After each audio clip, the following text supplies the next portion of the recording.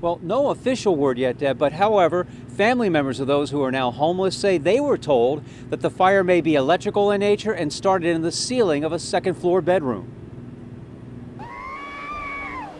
Baltimore City fire officials describe wind conditions as totally out of control. Wind gusts of up to 40 miles per hour force firefighters to retreat from the home. The wind presents a major challenge for firefighters. Like I stated, once they begin to break windows to gain entry into the home, it just really blew the fire all over the place, making it difficult for firefighters to put a tackle on the fire. City Fire also called in a salt truck to keep fire hose water from freezing on sidewalks in the street. 3 people lived in the home on Walbrook Avenue.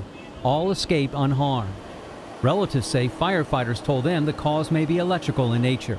We were told the second floor bedroom between the ceiling and the third floor bedroom. A man who lives on the 3rd floor saw the fire just before 9 this morning.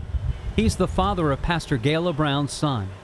He saw the fire, came down, got my brother who's on the 2nd floor. They went down to the 1st floor and got my sister. They got out with their lives, and that's it. And whatever they had on, they lost everything. It's just horrible. We had many memories there. Those who grew up in the home still gather there for holidays and other special occasions. This is a house of love and family come to. Unfortunately, it's gone. It's gone. The Red Cross is helping those who lost their home to find a temporary place to live. Reporting live from West Baltimore, David Collins, WBAL TV 11 News.